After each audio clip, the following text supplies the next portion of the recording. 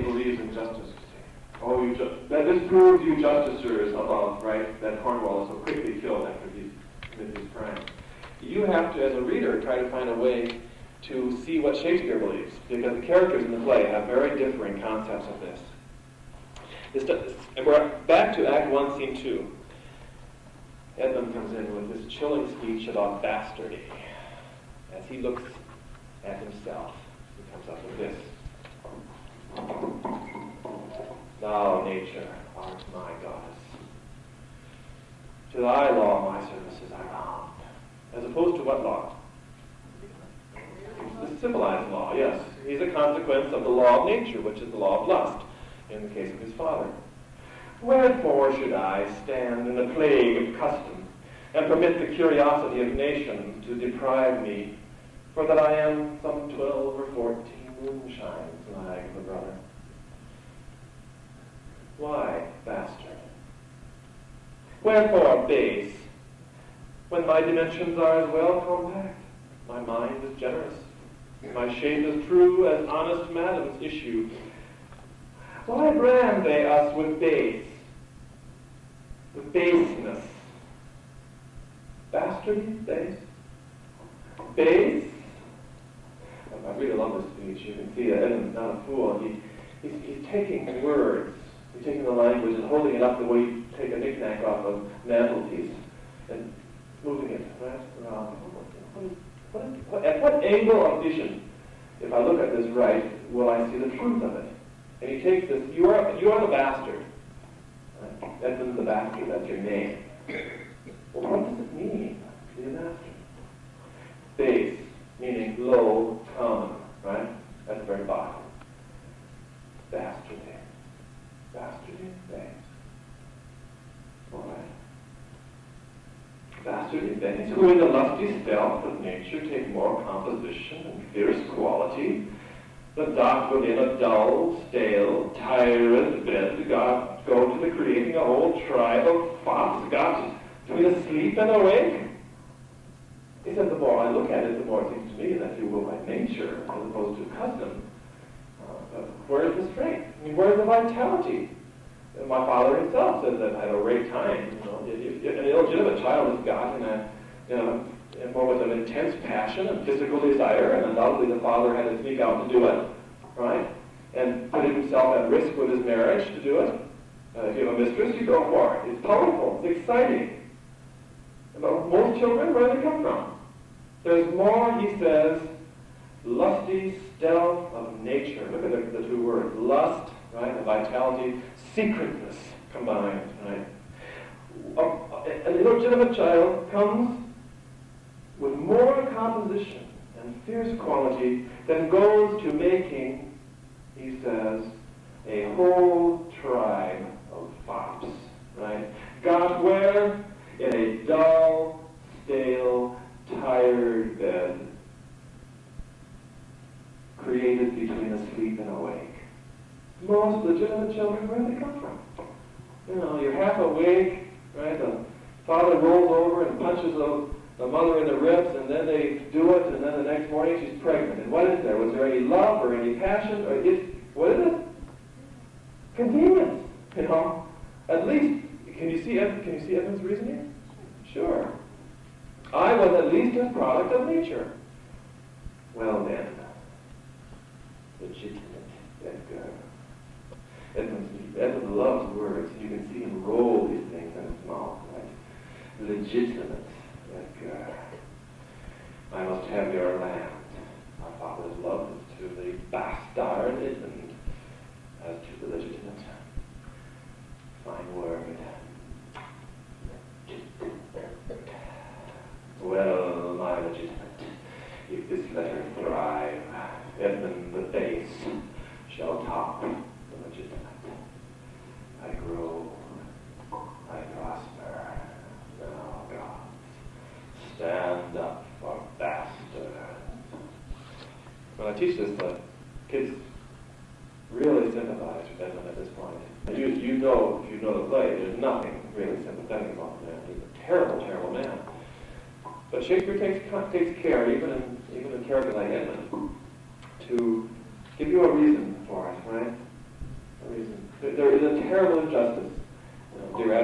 no illegitimate children, there are only illegitimate parents. But society hasn't historically taken that perspective, hasn't it? And I think that you see that the meaning behind Edmund's illegitimacy in terms of what it does to a personality is really powerfully presented here. And you have a right to feel some pity for the fellow, because he's not responsible. And there is a certain logic to it. But the devil can speak scripture to his own purpose. And I think we have to step constantly away. Belial, in Paradise Lost, is described by Milton as being one who could always use words to convince the wrong reasons. He could always convince you to the wrong. He's a great user of words. I think Edmund is to be seen that way too, because in fact, if you go away from the speech and look at the character of his brother, his character for Edgar is not a fop, right? He's a little quick, he's susceptible to Edmund's genius, but Edgar is one of those people who tends to believe people's immediate appearance. And why would a brother do it? And without a suspicion of guilt, he acts on it. And that's his weakness. But he's not a fop. He's a very strong, intelligent man who comes out alive at the end, unlike everybody else, but after great pain. And so Edmund's speech here is not validated by the characters in the play. Right? In fact, there are no fops in this play at all. None. You see the point? Though it certainly is convincing to hear the speech.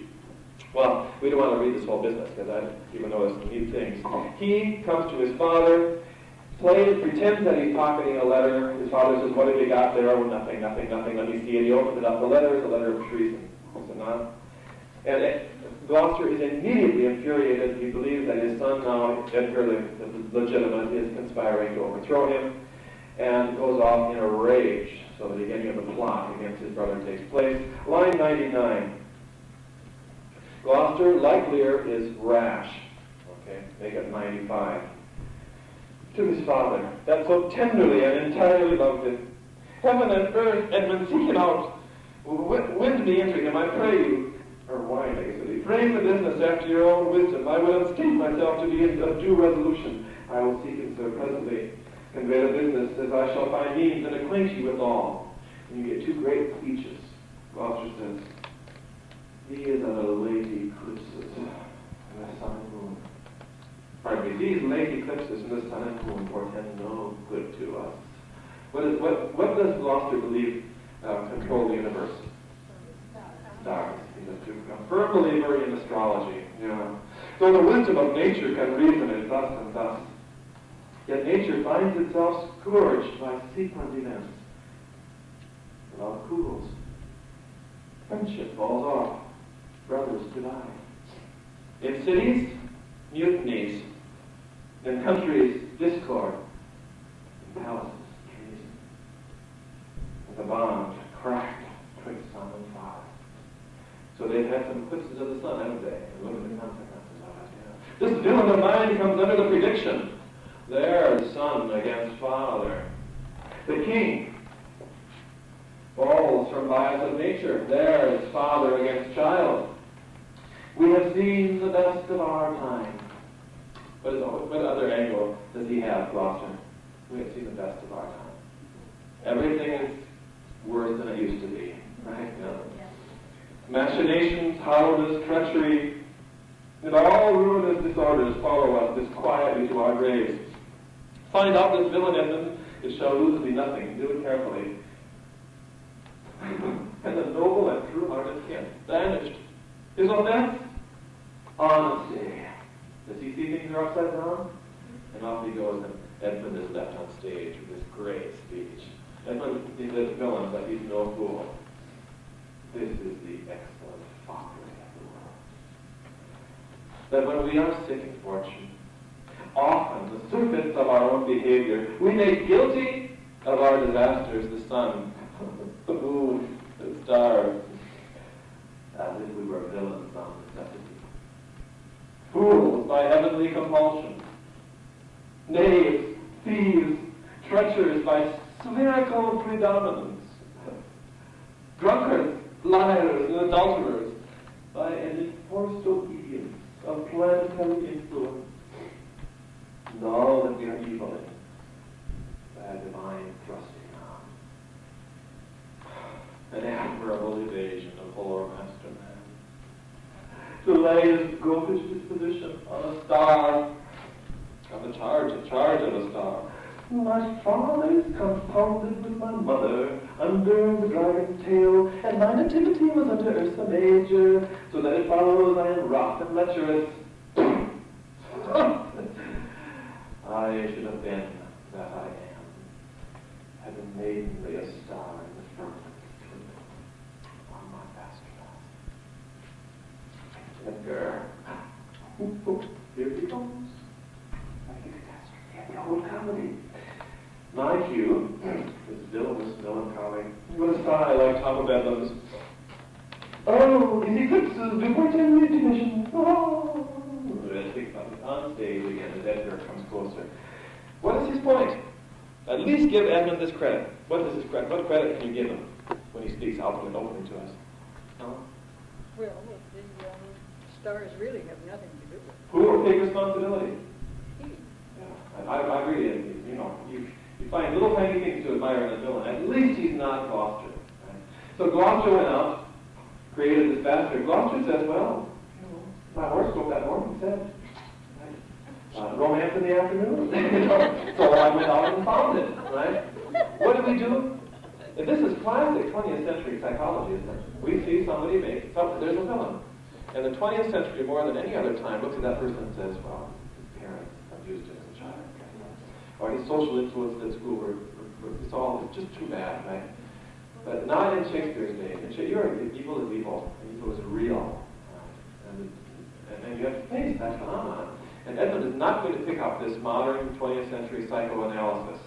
He says, I would be the person I am if the maidenliest star had shone while I was being conceived. It's really nice. And do we not, by the way, have a tendency to do that?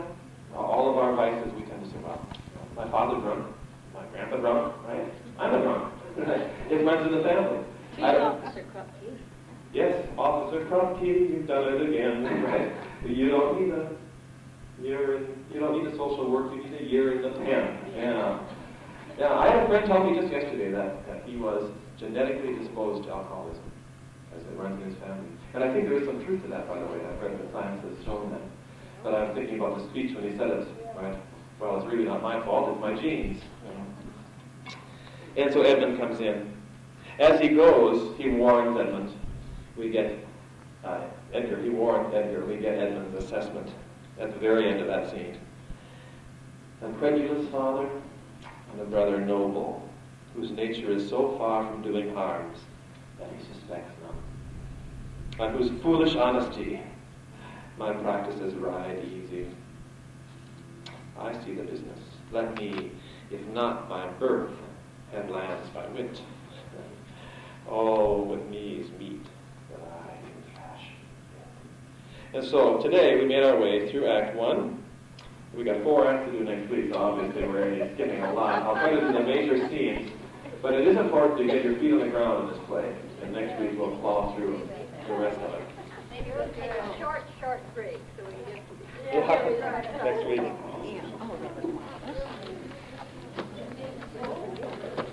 Super. I didn't get anywhere near.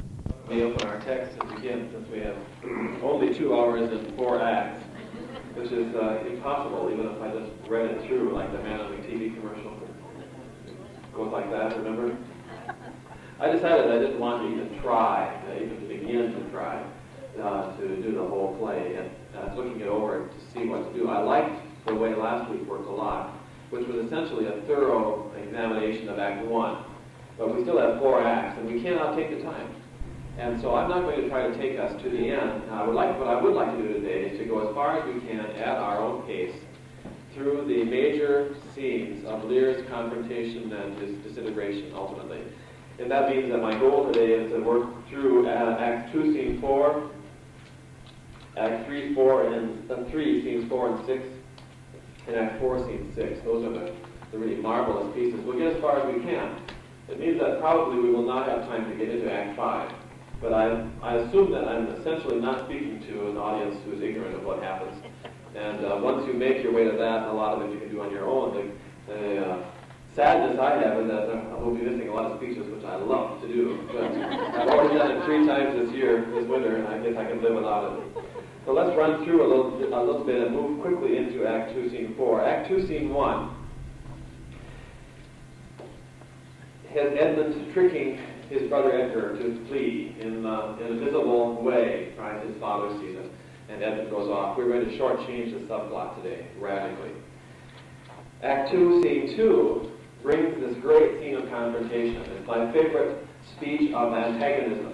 The trouble with the 20th century is we don't have enough good swear words. So I had a colleague when I was in graduate school who played the role of Kent in Lear at one time, and so anytime anybody got him mad, he would let loose with this wonderful speech. "What do you know me for?" Oswald says. And of course Kent says, "A knave, a rascal, an eater of broken meats."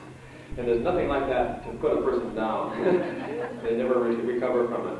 But this is the case where Kent simply has enough of Oswald, and he beats him and is therefore put in the stocks and by the sisters.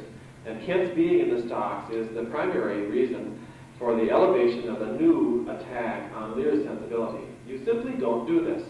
And the key to remembering what's going on in this scene is to remember that Kent is essentially irrelevant where it comes to his person. Right? Goneril is not putting the Duke of Kent. She doesn't know he's the Duke of Kent. He's dressed up as a servant. She's putting the king's servant in the side. And people forget that because they're interested in Kent, the person. But she wouldn't have done it, probably, had it been an irrelevant person. She would have had an executed or kicked out. But the stocks, if you remember, have historically been, in the Renaissance and shortly after, the way you publicly humiliate a person. The point about the stocks is not physical punishment. You're not in pain when you're put in the stocks. You're simply trapped in a public way with your arms and legs stuck to the hole, if you remember it from Puritan days. The stocks are not there to give you physical pain. They're to give you emotional anguish because the community can see you. You're humiliated. That's the point of it. So Kent is not abused in any way. He's simply put where he is humiliated, but that's the point. You do not do this to the servant of the king. And they are not doing it to Kent. They're doing it to Lear. And Kent, however intelligent or unintelligent Lear is, he's smart enough to know that this is an unprecedented attack on him. So there he is, put in stocks. Act 2, Scene 3 is a very short single speech, as you see, a soliloquy or a statement by Edgar, in which he tells us that from now on he's going to carry the role of insanity, right? Because he will be somebody so low as to be beyond belief. I'd like to talk about this speech for a little while when I'm teaching it to the students, because I try to ask them, what is the psychological genius of Edgar taking on this role? And it doesn't take very long for them to realize that there are certain people one averts one's eyes from. Right? And if you are the village idiot or the crazy fellow, people who were, unless they were dangerous to society, generally allowed to wander around. We put our mentally ill away. But we don't differ from the Renaissance in that somebody who is clearly mentally unstable and in public is someone we don't look at too closely. We avert our eyes. The way I do when I walk down First Avenue. I'm going to walk over to Shorey's bookstore. I'm done with you this afternoon. And when the panhandler comes up, I will look the other way. That's just sometimes I hate myself for not saying, don't do this to me, and sometimes I give him a quarter. But my general this is what Edgar's doing, isn't he? He's making himself a person who, not that he's quiet, he's not quiet. He's covered with mud from head to foot. He's wearing only a loincloth. But as he dribbles around, all the people will go just like this, and Gloucester won't see him because of the role he's playing. It's a little bit like the role of secrecy in the Purloined Letter, if you remember Edgar Allan Poe. Because in that story, the trick to hiding this incredible, important letter is turning it inside out and putting it on the dining room table. Nobody looks at the obvious. And Edgar needs to be obvious, doesn't he? Because if he's hidden, he'll be found. As he says, I have been proclaimed. The world knows. Find him and there's profit. So here we are to Act 2, Scene 4.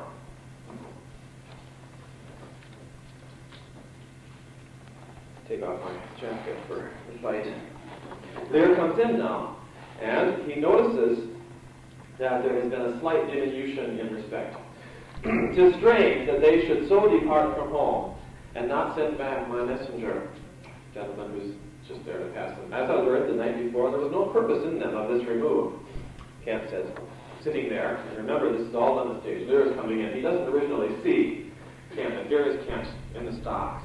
And primarily now we want to watch the emotional response of Lear to this. Hail to thee, noble master. Ha! Makest thou this shame thy pastime? No, my lord. I'm not doing this. How? As a joke. Willfully. It's been done to me. So Lear's first response is, he's got to have chosen to do this, but people don't choose to go in the stocks. He cannot initially conceive. That's the fun part of watching Lear's psychology. He automatically responds reasonably. But you can't talk reasonably about what Goneril is going to do to him, because it's not a matter of reason, is it? As you will see very shortly. No, he says, the fool is trailing along. Ah, he wears cruel garters. What does he mean? You know what garters are? Yeah. Horses are tied by the head, dogs and bears by the neck, monkeys by the loins, and men by the legs. When a man's over lusty at legs, then he wears wooden nether stocks. Right? Nether meaning lower, if you get to. What's he that hath so much thy place mistook to set thee here? Watch the language. What does Lear focus on right away? When he says, I didn't do it on purpose, Lear immediately, who mistook what? Your job. Who didn't know that you were the king's servant? You see the point? Lear is not going to want to face reality. I wouldn't either if I were him, because facing reality is going to destroy this world. It is both he and she, your son and daughter. No. Yes. No. I say, yea. No, they would not. Yes, they have. By Jupiter, I swear no. By Juno, I swear aye. Durst not do it. It's fun to play this on stage or to act it out, because you know this no, this is not concluding an argument. I mean, there's no rationale here. This is a statement of fact, isn't it? Opposed by a statement of fact. There's no reason to get into a rationale. This cannot be. And you've got to, no, yes, no, yes, no. Well, the person who can do it longest wins. Except that Kent is saying an obvious fact. Lear is denying an obvious fact. You see the point? And someplace along the line, he's got to face that. They would dare not do it. They could not, would not do it. It is worse than murder to do upon respect such vile as outrage. Upon respect to? Yes. It's the personal affront, you see. He already is aware that it isn't the servant. It's him that's getting it.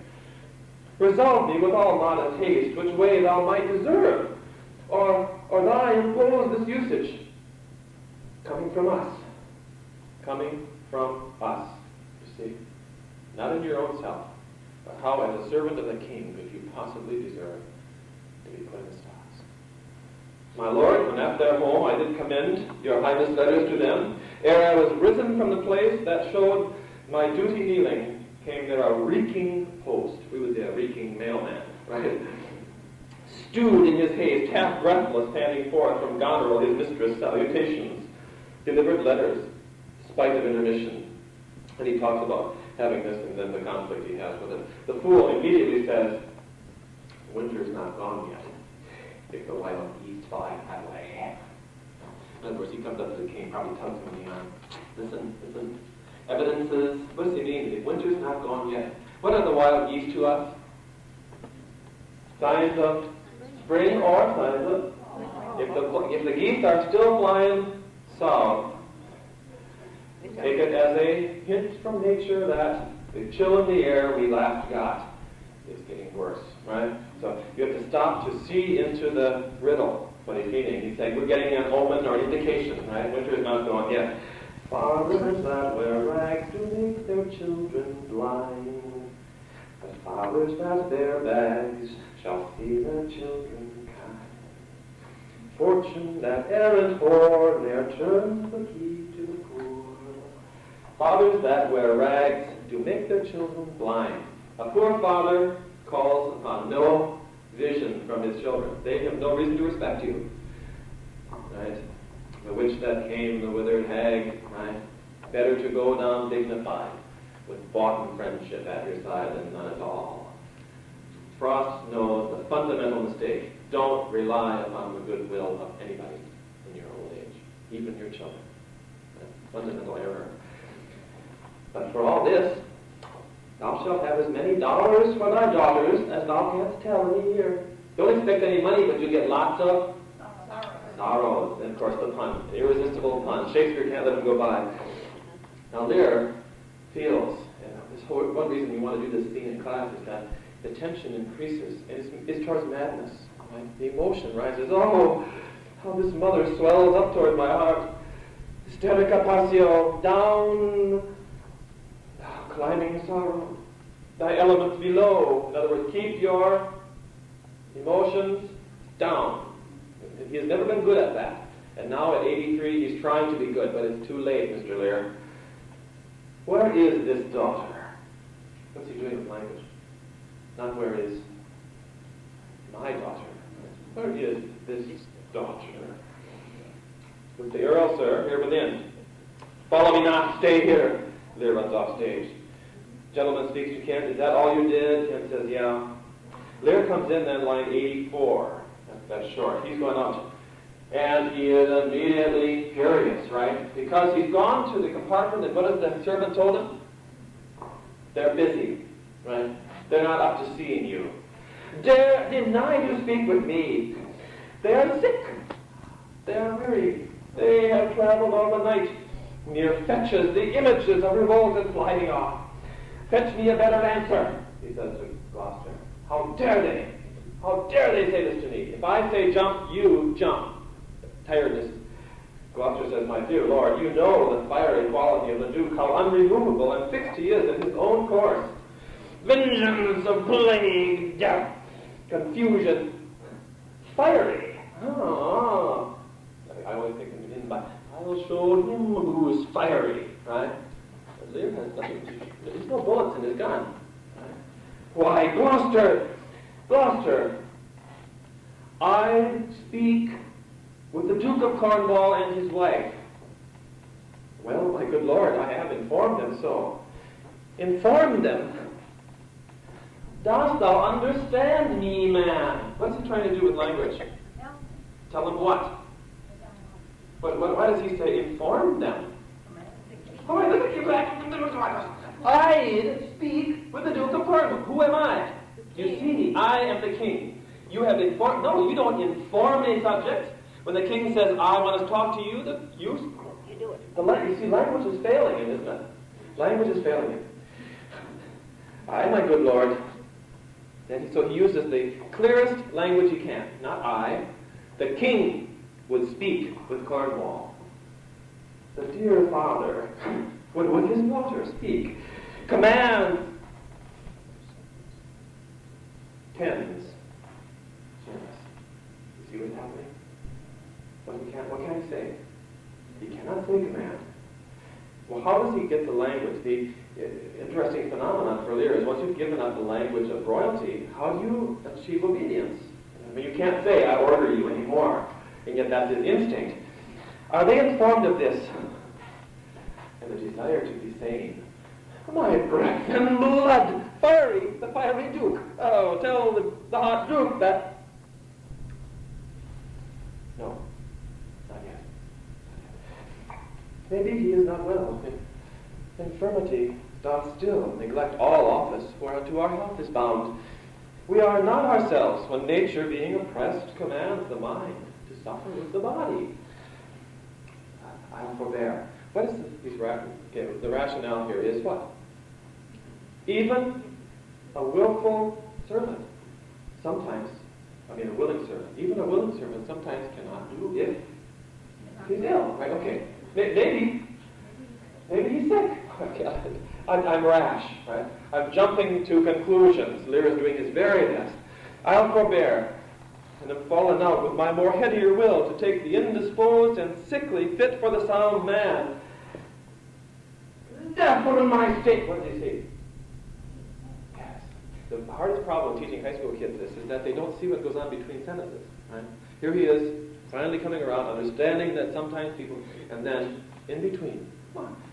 Death on my state. Wherefore should he sit here This act persuades me that this remotion of the Duke and her is practice only. Give me my servant boy, now, presently. Presently in the 16th century meant at this moment, in the present, not shortly or anon, right, but now. Bid them come forth and hear me, or at their chamber door I'll beat the drum till it cries sleep to death. I would have all the well betwixt you. Oh, my heart, my rising heart. But down. Who's there on stage with him right now? Oh, here's that. Cried to it, nuncle, as the cockney did to the eels when she put him in the paste alive. She napped him with a coxcomb with a stick and cried, down, wanton, down. 'Twas her brother that in pure kindness to his horse butted his hay. What is the meaning of that? It's a lovely line. It's one of my favorites in the play. Go ahead. Cry to it. Knock him over the head. Just like the servant did when she was making eel soup. You put the eels alive. And the eels, of course, don't like the heat until they pop up. And the servant girl hits them on the head as they pop up. So you get your soup fresh, right? It was her brother who was so kind in his heart that he buttered the horse's hay. What's the fool recommending? What's the fool recommending? Look at the Lear just said, down my heart. But what do you have to do? But in terms of his insanity, what does he have to do? Of his grief, what's the Lear recommending? What is the fool recommending? No, I think just the opposite. I think the fool is saying, knock him down. Knock it down, right? When pity, when grief, when sorrow come up, you're not going to survive unless you're cold-hearted about it. Because this pain is going to drive you crazy. So be like the Cockney girl. I think there's also a possibility he's talking about the daughter and her husband too, but he doesn't have the power. The power he does have is internal, if he has any. But no soft-hearted, no, liberal attitudes towards, right? You don't butter the horse's hay. You've buttered too much hay for these daughters already. Here comes, good morrow to you both. Hail to your grace. I'm glad to see your highness. Regan, I think you are.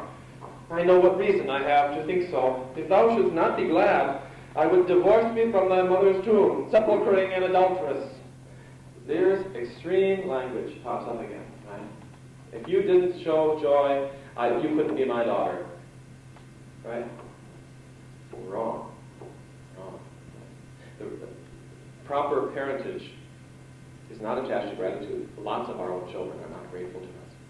And Lear once again is saying, I would disown you if you were not pleased to see me. He's not controlled. Oh, are you free? Some other time for that. Meaning, I'm not going to talk about this right now. Right? It's too big an issue. Beloved Regan, thy sister is not. Oh, Regan, she hath fled. She hath tied sharp-toothed unkindness like a vulture. Here, where? Yes. I can scarce speak to thee. Thou not believe with what depraved quality. Oh, Regan, I pray you, sir, take patience. I hope you less know how to value her alert than she to scan her duty. On stage, this is when you start getting those chills.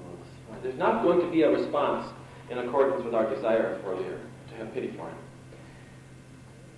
Say, how is that? What you notice is a repeated type of line for Lear as he encounters the structure of things as he has set up the play.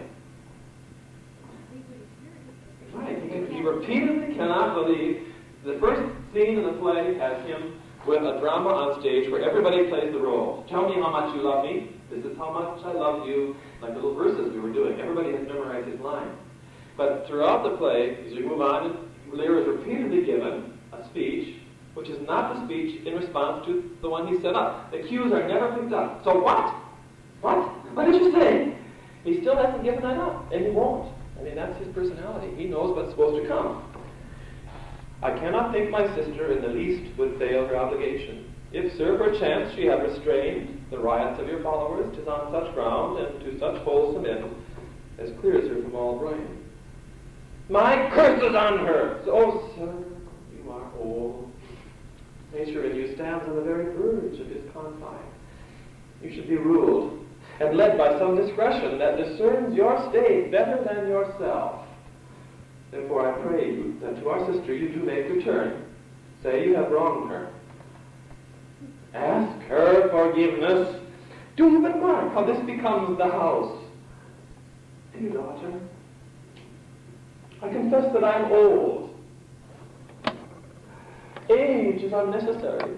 On my knees I beg that you will vouchsafe me raiment, bed, and food. Drama, right? Melodrama, isn't it? Watch how this appears to what? Not just to me, to you, to the house of the rulers of England. Look at this old king getting down on his knees, right? Dear daughter, please give me a cot to sleep in. A little bit of clothes. Does Reagan fall for it? Oh, this woman is so cold. Good sir, no more. These are unsightly tricks. Return you to my sister. Never, Regan! She hath abated me of half my train. Looks black upon me, struck me with her tongue, most serpent-like upon the very heart. All the stored vengeances of heaven fall on her ungrateful top. Strike her, young bones, you taking airs with lameness. What's he doing now? Yes, and who's he talking to? Yeah. You look for, as you watch Lear develop in the play, the continuation of old habits, and then the incursion of new knowledge. Is this an old habit or new? Yeah, right. He's orating. Oh, you heirs, right? This must have been great when he was 60, right? Everybody was there in awe of this man. But when he's 85, she says, 5. Yeah, we were right all along. Goodness gracious. You nimble lightnings dart your blinding flames into her scornful eyes. Infect her beauty, you fen-sucked fogs, drawn by the powerful sun to fall and blister. Fen-sucked fogs. You like that? I had a student who was in calligraphy 2 years ago at Eastside, and she gave me a beautiful calligraphy strip, and it says, if you ever see me dithering in the fen-sucked fogs, call me a, and she concluded with another. She loved the concept of the fen. What is a fen-sucked fog? A fen is a marsh, isn't it? Marshy. And what does it do to the fogs? I think it sucks it out of the ground, marshy. I think that's what it is. Isn't that what a fen is? Isn't it a marsh? It's the marsh. Yes, right. That's right. East Anglia. Yeah, in East Anglia, in that area too. He says, do all this, and she just interrupts. Oh, you blessed gods, so will you wish on me when the rash mood is on. Right? You're just choosing her, but the day will come when, no, Regan, thou shalt never have my curses. Thy tender-hearted nature shall not give thee o'er to harsh. Oh, boy. Her eyes are fierce, but thine do comfort and not hurt. It is not in thee to grudge my pleasures, to cut off my train, to bandy hasty words, to scant my sighs, and in conclusion to oppose the bold against my coming in. Thou better knowest the offices of nature, bond of childhood, effects of courtesy, dues of gratitude. Thy half of the kingdom thou hast not forgot, wherein I be endowed. I think if Lear has among his many weaknesses, a weakness which has enfeebled him radically, it's his tendency as a man to quantify abstracts and emotions. I think the first clue is at the beginning. How much do you love me? I love you 10 pounds. Oh, I love you 15 pounds. And his belief that you can reward love, quantify in a quantified fashion too. We're going to see this again later on. You love me half a kingdom's worth of love. I bought it. Right? He never does seem to quite get the fact that love is not attached to how much you purchase it for, right? And Lear still thinks in those terms. And this is a non-subtle reminder. I gave you half of England. I know you love me. But has he made a point that he gave Goneril half of England? And she hasn't shown any love. See? I think it's a problem. Good sir, to the purpose. Horn blows. Who put my man in the stocks? What's up with that? I know it's my sister's. This approves her letter that she would soon be here. Is your lady come? This is a slave, he calls for Cornwall. What are you talking about? Who stocked my servant? Regan, I have good hope thou didst not know on it. Who comes here. Oh, heavens! If you do love old men, if your sweet sway allow obedience, if you yourselves are old, make it your cause. Sit down and take my part. Art not ashamed to look upon this beard. Regan, meanwhile, is going on. So takes her hand, gives her a big kiss on the cheek. Oh, Regan. I think what we were watching the Lear, Olivier Lear's, and I think it surprised me this time because I found it an extraordinary, chilling moment. Dorothy Tootin comes on stage and stands there in her coldness, and Lear turns and he sees her. Right? The troops are massing against him, and he's starting now to get the inclination that his desire, his utterance, that of course you love me, and your heart is tender, and your eyes are not like hers. He did that to convince himself of something which is obvious to us, is it not? But the sight of the two together, and of course Regan's response, which isn't indicated except to take her hand, to go across and stand right next to her sister, give her a big kiss. And then on stage often you'll find the two women separate, and Lear is on either side of the two as this scene goes on. And it's horrible. That shuttlecock I was talking about last week, as the two women who know what game they're playing flop him back and forth. Oh, Regan, will you take her by the hand? Why not by the hand, sir? How have I offended? All's not offense that indiscretion finds and dotage terms so. It's all a matter of perspective, isn't it? Right? Everything a senile old man thinks is offensive is not offensive. And some of us have had to know this ourselves from our own experience, that your grandparents or parents end up in a nursing home, and they have strange thoughts. Why haven't you, my grandma would say, why haven't you come to visit me for so long? I say, Grandma was here Monday. You haven't been here for weeks. Right? And I tell myself, she can't help it, right? She doesn't see the truth. Well, what if you are being talked to this way, and you're not senile? Lear is not senile, but he must be aware that a lot of people his age are. And your reality is now dismissed as reality. You see the point? It's a frightening thought, where you no longer have access to reality.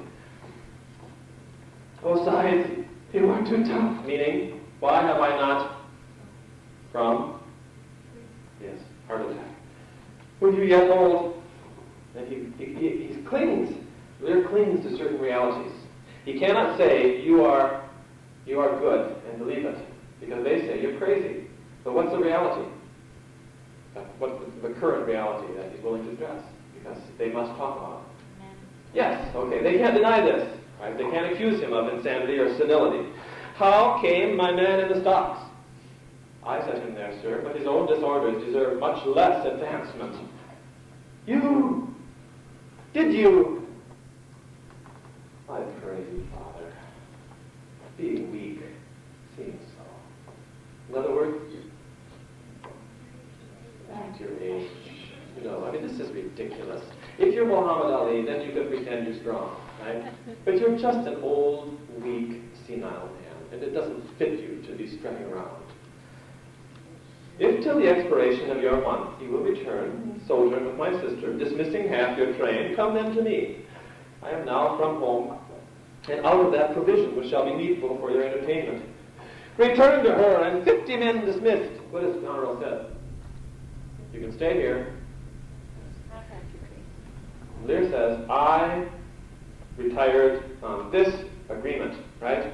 100 nights. It was the deal. No, rather I abjure all roofs and choose to wage against the enmity of the air, to be comrade with the wolf and owl, necessity's sharp pinch. Return with her. Why, the hot-blooded France, that dowerless took our youngest born, I could as well be brought to knee his throne, and squire like pension beg to keep this base life afloat, afoot. Return with her. Why is that so shocking? I could just as soon go to France and get on and say, please, King of France, feed me. Okay, France, first of all, he has insulted France. He has dismissed Cordelia, thrown her out of the court, and then to make it even worse, a king never kneels to another king. Right? You know this even now. I remember when Queen Elizabeth went to see the Pope, right? Does she or does she not kneel and kiss his hand? No, she does not, right? And so, for us, this is not anywhere near as powerful a statement as it was for Lear or for Shakespeare in his day. Never, never. Persuade me rather to be slave and sumpter to this detested groom. Who's that? Oswald, that jerk. Yeah, right. At your choice, sir. Oh, I think the reason I keep getting these chills in my back is these women's cool. Right? To be hot when other people are cool. You've been that way. You've lost your temper and everybody else is just... And if other people are angry, there's no problem. And you're all the same. But these daughters know the power of cool. He says, I would rather go to France. And she says, would you like? Go right ahead. And so that feeds his grief, doesn't it? And pray thee not. Do not make me mad. I will not trouble thee, my child. Farewell, we'll no more meet. No more see one another. But yet thou art my flesh, my blood, my daughter. Or rather a disease that's in my flesh which I must needs call mine, or a boil, a plague sore, or embossed carbuncle in my corrupted blood. When I read this, I try to think the difference between this and the "Oh, you skies, make her infertile." There's a big difference, isn't there, between the oration and the image, which is the reality. He's starting to feel, you are mine, right? You are a boil in my blood, the sword.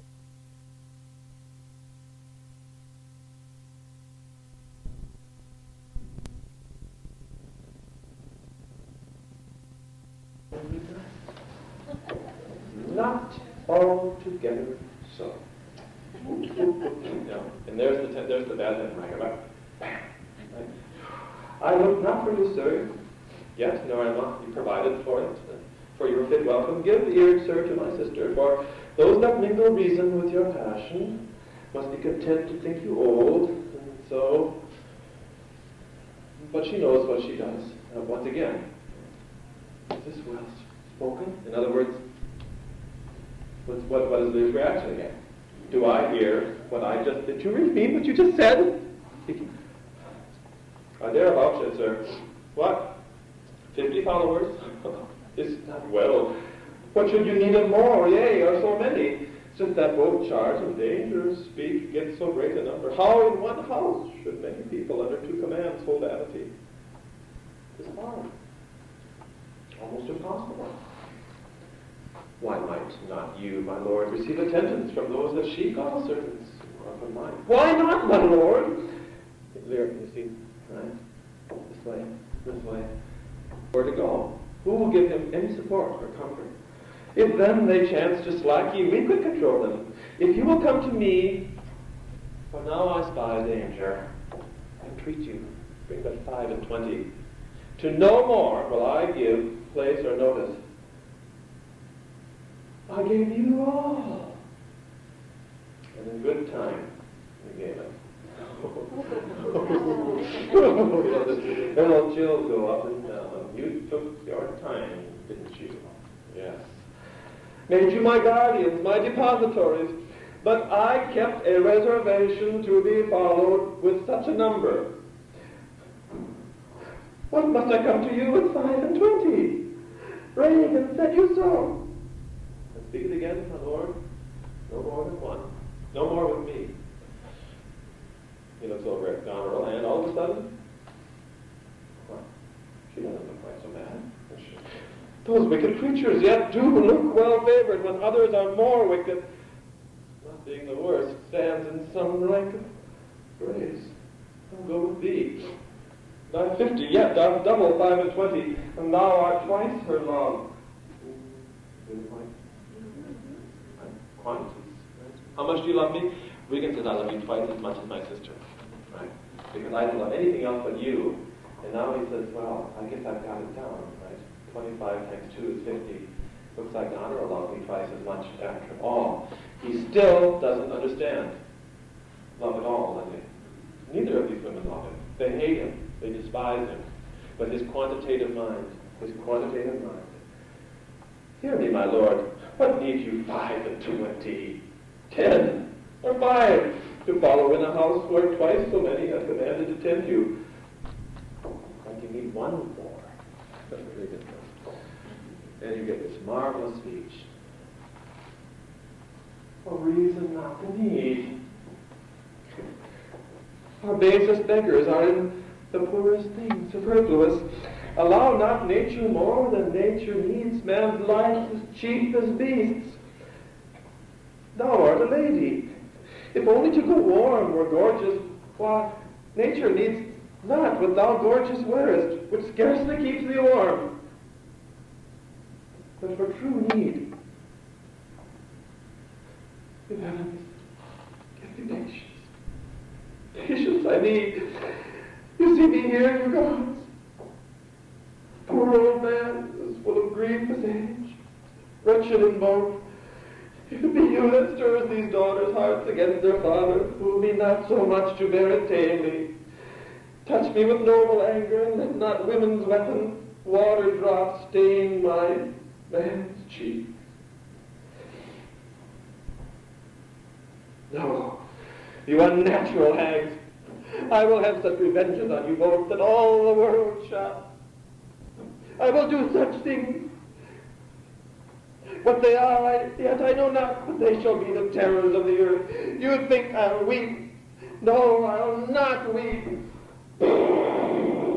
Dear, I have full cause of weeping, but this heart shall break into 100,000 flaws, or ere I weep. Oh, fool, I shall go mad. Wonderful speech. We stop to analyze it. I do want to go through it. It's 3 different speeches. I don't know if you caught it as you read it or however you were taught in the past, but he's doing 3 different things entirely. And they show his disintegration. You see, the women ask for reasons, don't they? Give me, Dad, a reason why you need anybody under your sole command. You can come to our house. We will clothe you, give you a cot, make sure you don't die of starvation. Tell me why you need even one night. So they ask for a reason. We're now at the intellectual level, aren't we? Are they right? Does he need any nights? No. Okay. So there is, I think, probably for the first time, being asked to go beyond his traditional statement of fact. Okay? That's whatever he says is right. He's being asked to rationalize. And it's this break into his mind that brings him at a level of sophistication that starts to open him up to the pain of the people around him, and to the fallacy of perfection that he had as a king. So he comes right back. He does the right thing, and I think you and I agree that he begins his speech right on the ball. Oh, reason not the need. There are some needs that cannot be articulated in terms of reason. Okay. Henry David Thoreau went to Walden, remember, to find out how little he needed to survive. If you remember the book, right? You need clothes so you don't freeze to death, you need a certain amount of food, and a place to put your head. Right? And a lot to think about. Right? The additional. But physically, you don't need much more than that. And you and I could live a long life, filthy life, eating nothing more than what they eat, feeding the poor people in Ethiopia, which is a mixture of grain, and it sustains life, right? And wearing a rag, if it doesn't get too cold. But there are a lot of needs that we as human beings have which cannot be articulated in terms of keeping the body alive, the heart beating. Oh, reason not the need. Our basest beggars are in the poorest thing, superfluous. Meaning? Yes. Even the lowest beggar in our kingdom has more than he needs to survive. Is that right? Yes. More clothes, more food, more warmth than is necessary. If you do not allow nature more than nature needs to stay alive, man's life is as cheap as a beast. That is, what's the distinction between being a human being and being a cat or a lion? The distinction is that those animals survive with no more than they need to survive. They do not eat more than they need to eat, do they? They don't wear more than they need to wear. They don't sleep in a bed more elaborate than they need for their rest. Is there a difference between us and animals?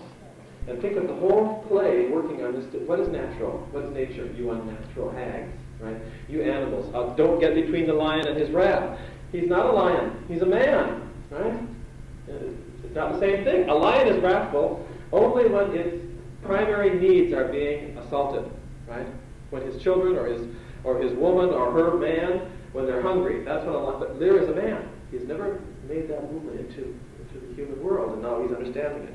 If only to go warm were gorgeous, why nature needs not what thou gorgeous wearest. What do these women dress like? Yeah. I have a bone to pick against those productions of Lear that have the women dressed in ordinary clothes.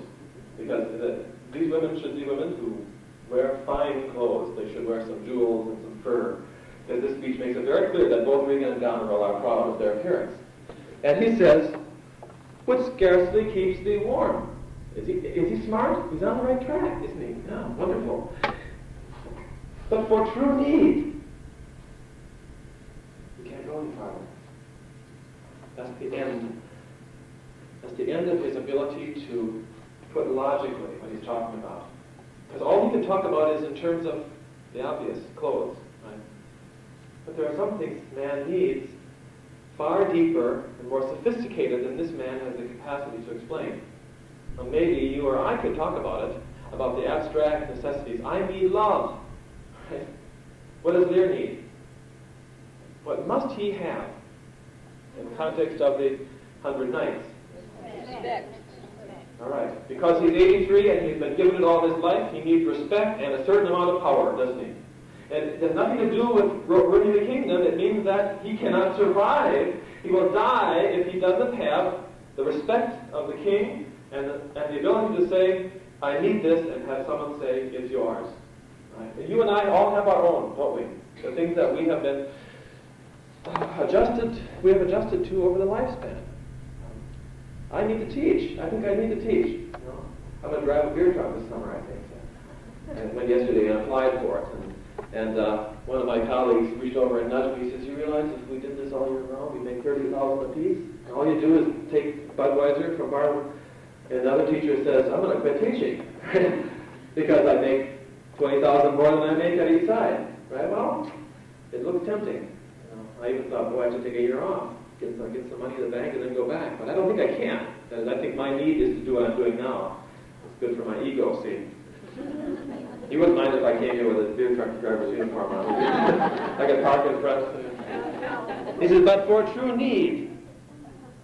And then he realized, "You have to give me patience. Patience, I need." Two things are going on against him. One is he's cracking. He needs time, doesn't he, if he's going to face this. And the other is he needs articulation that he doesn't really have. And so it's a combination. He sees it as patience that is needed. And you see me here, you guys. Poor old man that's full of grief as age. If you do this to make these daughters hate their father, do not let me bear it tamely. He wants to cry. No man cries. No man cries. I will not cry. And then he turns. No, I am not going to explain this to you, which cannot be explained and you wouldn't understand it. And no, I will not cry. The third part is his horrible threat. I think this is where he cracks. I've been trying. I've had several different places where I think this is it. But I think this is it. No, I will have such revenges on you both. And by this time the daughters are arm in arm. Right? They might even have one arm around each other's waist. United front. Huh? That all the world shall... Finish the sentence, the syntax. I will do such things in revenge that the entire world will weep, applaud, Be staggered by be it. staggered in awe. It will be a revenge beyond any historical revenge. Right? It's not hard for us to find a good ending to that sentence. He gets that far. I will do such things. What they are, yet I know not. But they shall be the terrors of the earth. You think I'll weep. No, I'll not weep. Why can't he finish that sentence? And why can't he say what he's going to do? He doesn't have any power Because to do there's it. nothing he can do. This is the closest thing you come to in great literature to what the 5-year-old says to the 12-year-old, right? Right? I'm going to, the day will come. I don't know what it is, but revenge. And a 5-year-old is helpless. And Lear is now crunched right now, to the. But before, when he was king, he could make the world stand in awe. He could think of things that could be done. I tell the students about the horrible execution of that man who tried to assassinate the King of France, you remember, in the middle of the 1600s, 1500s, where they kept him alive for hours and skinned him and cut off all his arms and legs, and thousands of people, but you know what I'm talking about? I'm sure you've encountered it sometime. Watch this. They kept his heart beating and his eyes in, one eye in, for hours. And I said, of course the kids love that and they go, ugh. But the point is, if a king wants to make you hurt, boy, he can do it. And the world still stands in awe at the invention of the King of France when the time came to show what happens to assassins. But Lear, you can't complete it. And that's where he says, I'm not going to weep. I will go crazy. I have full cause of weeping. But this heart shall break into 100,000 flaws before I'll weep. Oh, fool, I shall go mad. Wham! Let us withdraw. There will be a storm. Right, the thunder right in the middle of that as nature joins his wrath. Cornwell says, gee, we've got to get in before we get wet. One of the great understatements of Shakespeare. As we don't want to get a drop. This house is little. The old man and his people cannot be well bestowed.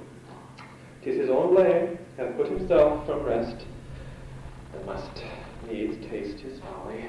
What do we say? He made his bed, he's got to lie in it. For his particular, I'll receive him gladly. What's your particular? Himself. He himself alone, right? But not one follower. So am I purposed. Yes, that's all I get. Act 3, Scene 1.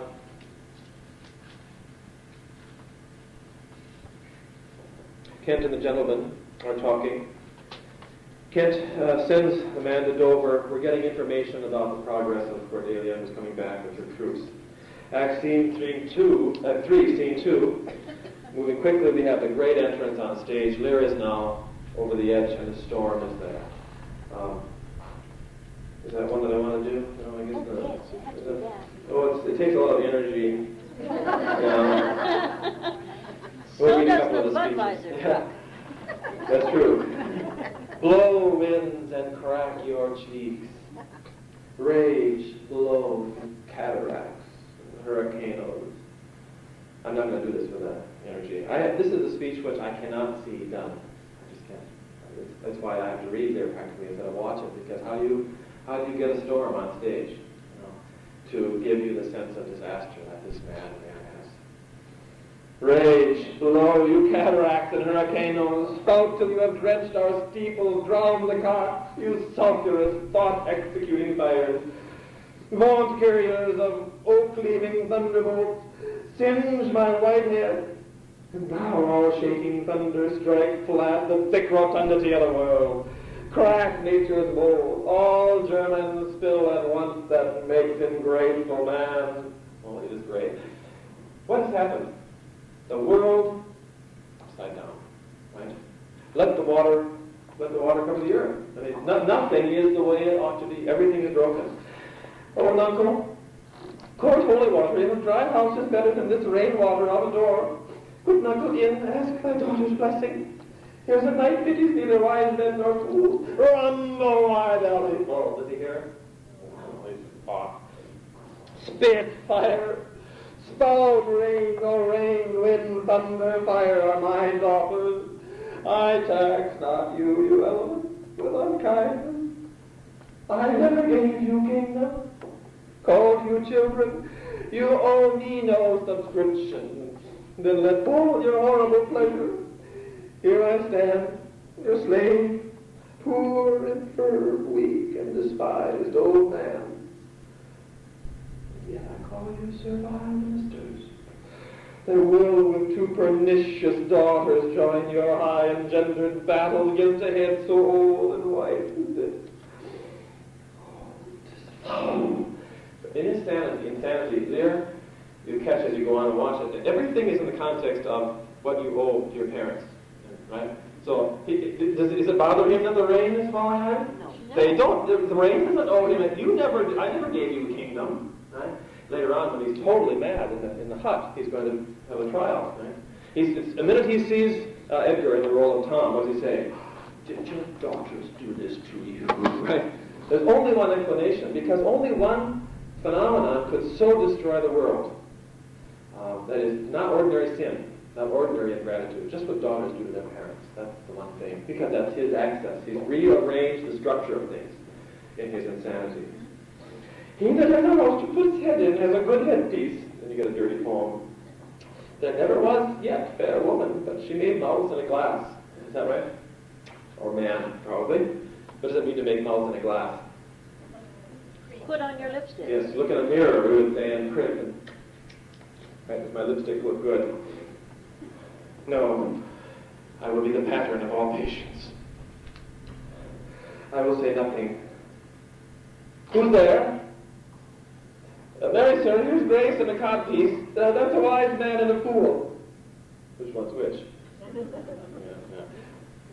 Alas, sir, are you here?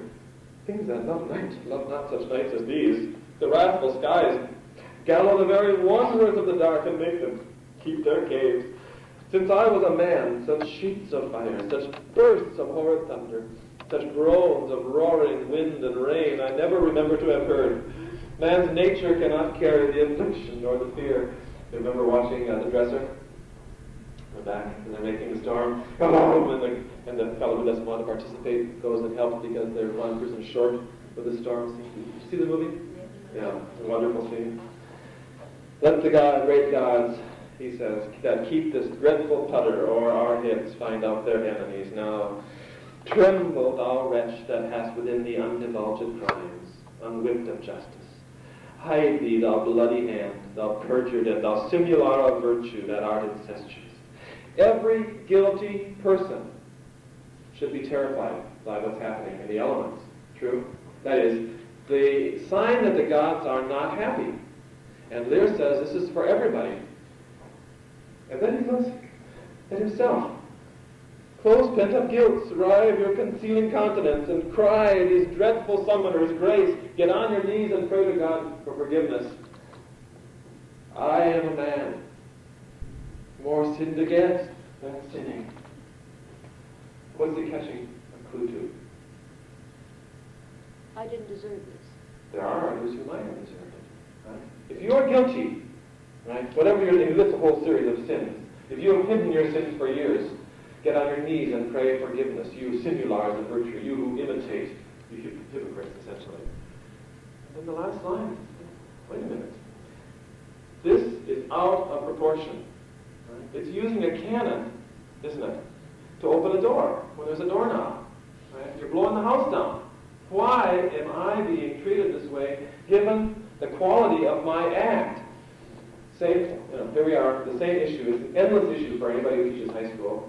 I had to address it and I wasted a whole hour this morning with my seniors who are trying to tell me that it's not fair what God does to Adam and Eve. We're doing Paradise Lost, Book 3, right?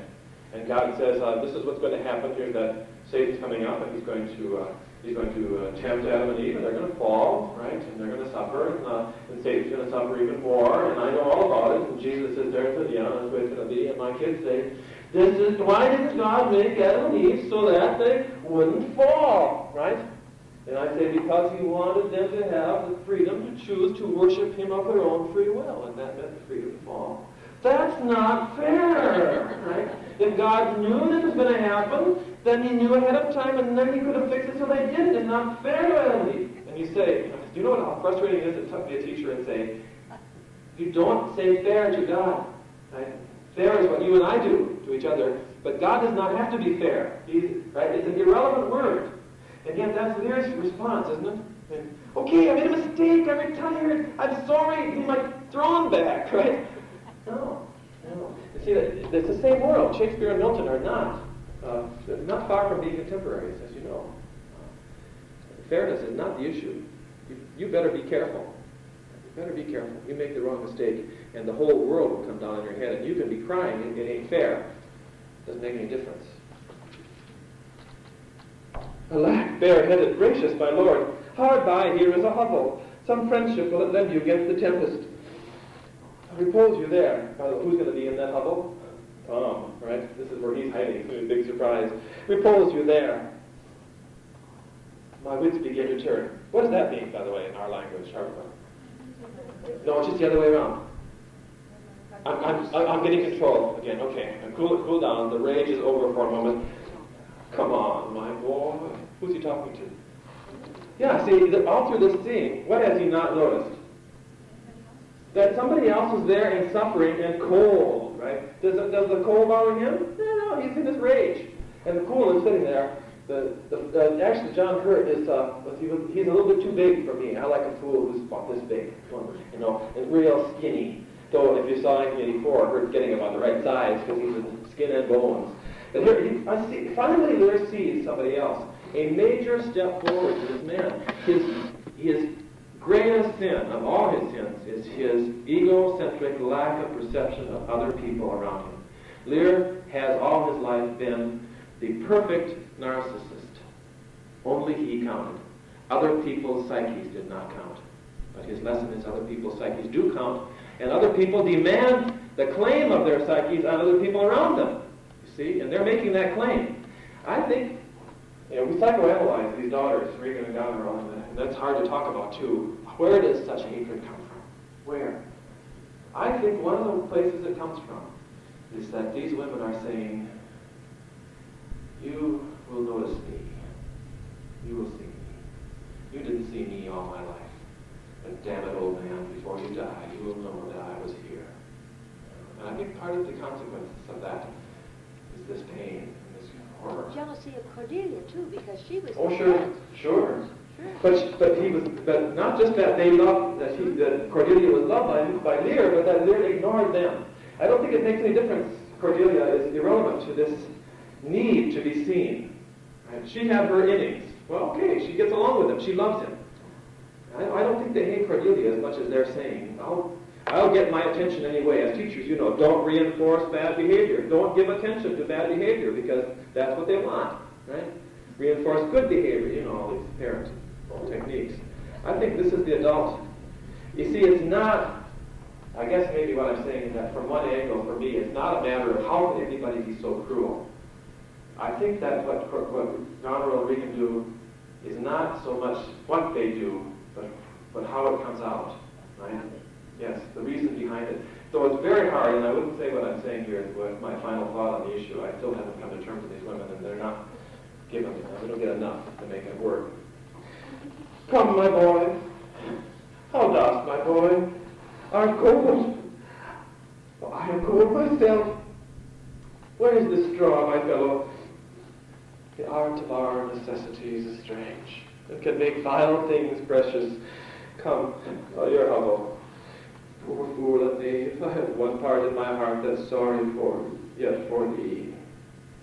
And we're come to Act 3, Scene 4, a short one. There are hints here that as Gloucester's treachery is being made clear to Edmund, who now is going to have a handle, and as you know, shortly he's going to do his dirtiest to his father. As Edmund says, the younger rises when the old doth fall, which is one of the themes of the play. And then we get to the second of the big scenes that I want to look at closely, in a wonderful scene in the hovel. Lear, the King and the Fool are at the hovel and they enter, as you can see, but we have to stop for a few minutes. We'll get back to this shortly. Okay?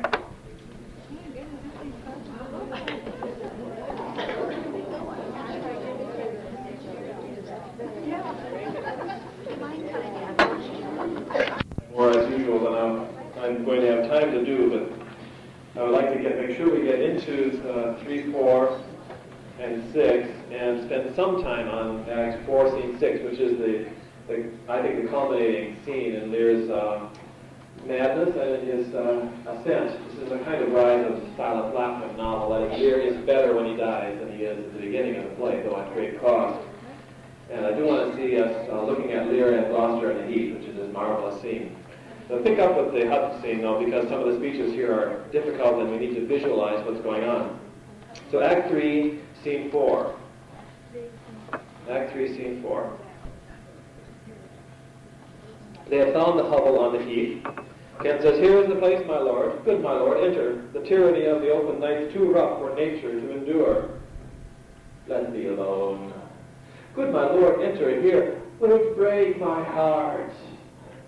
He doesn't want to be pushed around anymore, does he? Even by a loyal retainer. "I'd rather break my nose. Good, my lord, enter." There's no fool, even in his madness. Yeah, he sees some wonderful things. If I go into that hovel, I'm likely to go crazy. Because out here, at least I'm distracted by the rain, and the storm, and the thunder. Interesting point. "Thou thinkest 'tis much that this contentious storm invades us to the skin. So it is to thee, but where the greater malady is fixed, the lesser is scarce felt. Thou shun a bear, but if thy flight lay toward the roaring sea, thou'dst meet the bear at the mouth. When the mind's free, the body's delicate."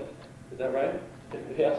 You'd run from a bear fast enough, but if you were on the edge of the cliffs of Dover, you would face that bear, wouldn't you? And he says, if you have nothing wrong with you, then the hangnail. It's so irritating, isn't it? And you can fuss and fuss about the hangnail, but when you have a broken arm, you don't even notice the hangnail at the end of it. "The tempest in my mind doth from my senses take all feeling else, save what beats there. Filial ingratitude." Oh, I love that. Two words, right? You know what's in me? Filial ingratitude. They're like anybody acquiring knowledge gets there in 2 steps forward, 1 step backward. Lear has to somehow come along the line to see that this is primarily his own problem, isn't it? Right now, he's gone backwards a little bit. Those daughters, right? Ungrateful children. Is it not as this mouth should tear this hand for lifting food to it? It's the same response that he has over and over again. I can't believe my own eyes, right? Did you say what you just said? How can children do this to their parents? Deny nature. You see? Deny nature. "But I will punish home." Notice now his insanity that unlike Edgar's insanity, which is sort of ridiculous things, folly, lalo, oh, the whole fiend follows me. Lear's insanity is always attached to something real, but it manifests itself by what seem to be non-sequiturs of thought, right? So one sentence is not the logical process of another. Things are going on so deep in his mind that his sentences are explosions of meaning. And you see this in the speech as he's moving in. "Filial ingratitude. Is it not as this mouth should tear this hand for lifting food to it? But I will punish home." Is he going to punish? No, he thinks of revenge now, see? "No, I will weep no more." You see how far away from anger and revenge to, "Don't cry, don't hold back. It's such a right." He notices the weather again. See, one bam. But there is, each sentence has its hidden meaning, doesn't it? Its hidden connection. Each one, you know where it comes from. Even though if I read this speech to you, and just read it to you, it sounds like it makes no sense at all. And that's the nature of his true insanity. There is reason underneath. "Pour on." Pour on what? "Yes, I will endure in such a night as this. Oh, Regan, God, you kind old father, whose frank heart gave all. Oh, where madness lies." You cannot think about that, right? Let me shun that. No more of that. "Oh, Regan Goneril, your kind old father, whose frank heart gave all." Oh, give me a break, you know. Our capacity for self-deception is simply beyond belief, isn't it? And even now, Lear is trying to tell himself, I did all of this out of, and you know that the one thing he was not is frank, right? Kind, no way. Old, yes. But we want to think of ourselves that way, don't we? I'm sure even the greatest criminal likes to think of himself as kind and generous in his own way. "Good my lord, enter here. Prithee go with thyself. Seek thine own ease. This tempest will not give me leave to ponder on things which hurt me more. But I'll go in. In, boy. Go first. You houseless poverty. Nay, get thee in. I'll pray, and then I'll sleep." Who goes in? And now we started. Insanity breaks through. For Gloucester, blindness brings insight, vision. For Lear, insanity brings sanity. He starts to see his mistakes. And who makes it as it should be? Who brings it to him? The fool, the presence of the fool. Poor naked wretches, wheresoe'er you are, abide the pelting of this pitiless storm. How shall your houseless heads and unfed sides, your looped and windowed raggedness defend you from seasons such as these? Oh, I've taken too little care of this. Is he right? Yes. Oh, gee, I always stop for about 15 minutes and talk about what this means in terms of Shakespeare's presentation of Lear the King. It's in Tudor England, after all. He's been king for 60 years. He has never once stopped to look at his kingdom outside of the court. He's not one of those kings who knows what's going on. And now at 83, Lear says, I mistook what it was to be a king. I mistook the pomp, right? The royalty, the dramatic enjoyment of it, the power, with rule. He was not a ruler. He was a Richard II, pomping and strutting on the stage. That's what he was. And now he realizes that power and rank may have privileges, but they also have duties and obligations. And Lear's great failure is his obligation and duty as a father and his obligation and duty as a king. He missed out on both pretty clearly. I have taken too little care. Take physic, pomp. That just means take medicine. Ornate pomposity, we'll call it, right? Well, take some medicine. Expose thyself to what wretches feel, that thou mayest shake the superflux to them and show the heavens more just. Look at the people suffering so you can pass on to the people who need it, we would say, your superfluity, right? The extra that you have. I'm in hell! I'm in hell! That's Edgar inside. What is Edgar doing? Pretending to be crazy. Yes, and what does this insanity come out in terms of? It's 12 feet deep! Right? There's no roof on this place, and the water's coming in. Help! It's like Mark Twain. It's going down. Absolutely. The fool comes in. Come not in here, Nuncle. Here's a spirit. Help me, help me. Give me thy hand. Who's there? The spirit. He says his name's Poor Tom. What art thou that dost grumble there in the straw? Come forward. And out comes Tom of Bellevue. Away, the foul fiend follows me. Go through the sharp hawthorn, blow the wisdom. Go to thy bed and warm. Didst thou give all to thy daughters? Art thou come to this? Right? Only one explanation. And if you've seen the play, you know that Edgar is just horribly covered with mud and slime and leaves, and he's got a simple rag across his loins, and that's it. Who gives anything to poor Tom, whom the foul fiend have led through fire and through flame, through ford and whirlpool or bog and quagmire? Oh, we don't know. I'm going to skip over the nonsense here. There, Christ, do poor Tom some charity, whom the foul fiend vexes, and he's pretending that he's being nipped by devils, right? And so they're imaginable. He's reaching out and stopping. Oh, there could I have had no, there, and there again. Has his daughters brought him to his pass? Couldst thou save nothing? Wouldst thou give them all? Oh, it's so pathetic that it's hard even to talk about, isn't it? It is madness. Nay, he reserved a blanket, have we now been ashamed? What? Now all the plagues that in the pendulous air hang faded over men's heads light on thy daughters. He hath no daughters, sir. Death, traitor, nothing could have subdued nature to such a lowness but his unkind daughter. Is it the fashion that discarded fathers should have thus little mercy on their flesh? Meaning? No, is it the fashion that discarded fathers should have such little mercy on their flesh? Is all daughters doing this? No. All fathers? No. Do they all end up looking over there? Yes. Right? What is Edgar's coming on? It's horrible. Remember, he says he sticks pins through his flesh and rips his hair. And Lear's saying, gee, is this the way I'm supposed to look? But what does he look like next time you see him? He's taken off all his clothes, covered himself with mud and flowers. So he, you want to look right for the role, right? Yeah.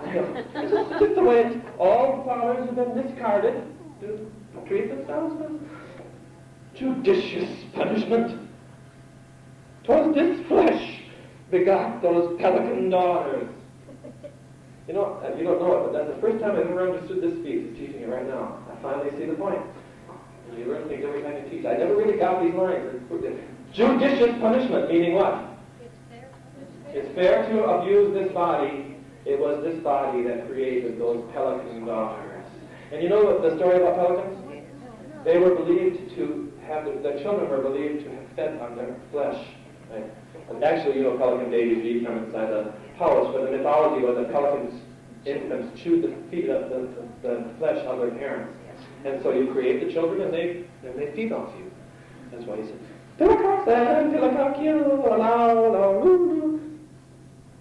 this cold night will turn us all to fools and madmen. Take heed the Palatine, obey thy parents. It goes on, Lear says, what have you been? We get a long, wonderful speech which we could take time to read, but we don't. Lear says, thou wert better in a grave than to answer with thy uncovered body this extremity of the skies. Is man no more than this? Consider him well. Now here, Edgar by this time is lying sort of in a fit on the ground, looking just horrible. Thou is the worm no silk, the beast no hide, the sheep no wool, the cat no perfume, civet cat. The civet cat has a gland that is part of the perfume base. So you have nothing on you to decorate yourself at all. This is basic elemental man, right? Is this it? Yeah. Here's three on us are sophisticated. What do you mean? Here's three of us who are sophisticated. The fool and himself, and Kent, all of whom are wearing clothes and probably shoes and, maybe even a ring or two. There are three, but here, you are the thing itself. Unaccommodated man is no more than such a poor, bare, forked animal as thou art. Off, you lending! Come, unbutton here. What's he doing now? Why? Why does he want to get down the accommodations? He wants to get down to the base, the quintessential human being. All of this other stuff is what? He calls it lendings, doesn't he? Stuff that has been loaned us. Interesting, think about it as his point. He's going to say later on, they told me I was a god. Right? I believed it. Poor virtue. Right? To tell me that. I needed to be told that, first of all, you are a naked, poor, bare, forked. That's where you start with. Everything else is just temporary, supplemental. You see his point? Yeah. Why is that in prose? Which part? That speaks right That's most of this is prose. Most of Lear is in prose. The poetry is pretty much limited in this play to the songs of the fool. Unlike Richard II, which is all poetry, and you touch an interesting point. Shakespeare's plays vary back and forth, but most of this is just straightforward. It is, it's prose. I don't know why he chose to do it this way, because Richard II works wonderfully as poetry. Yeah. Well, there is a blank verse. Yeah. It moves into prose. I don't know. It's really an interesting question. I wish I could answer it.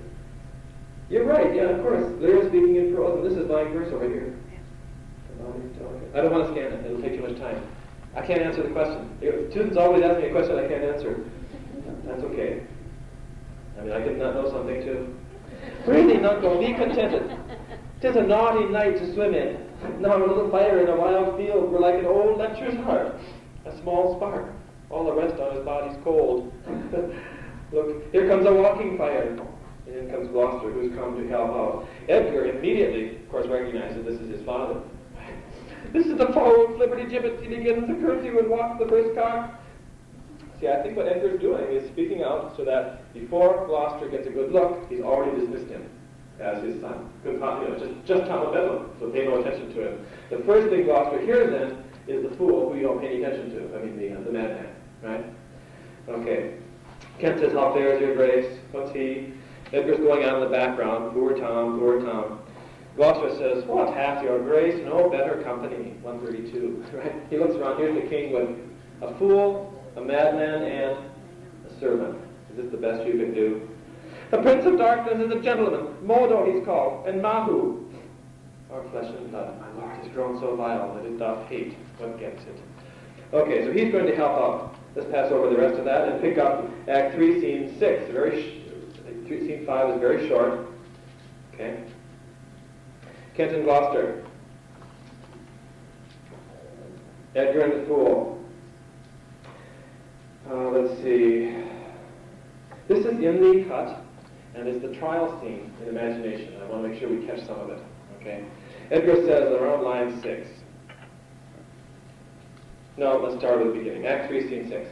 Gloucester, here is better than the open air. Take it thankfully. I will piece out the comfort with what addition I can. I will not be long from you. In other words, wait here, I'll get some help. All right?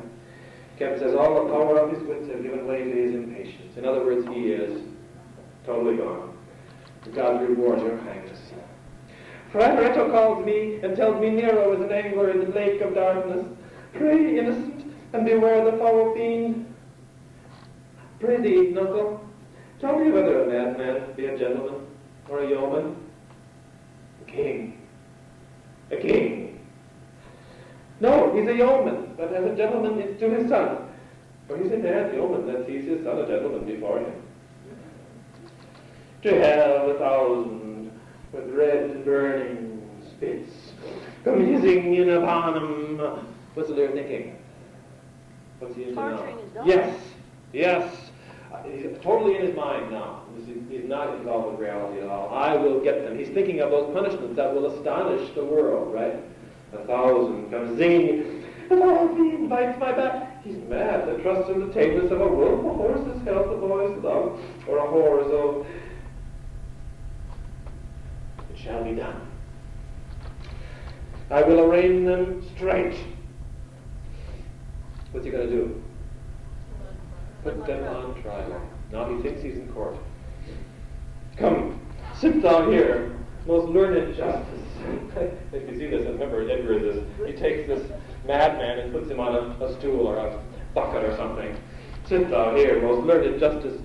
Thou, sapient sir, sit here. You know, in England they have more than one judge, so this is the justice's bench, a trio of them there.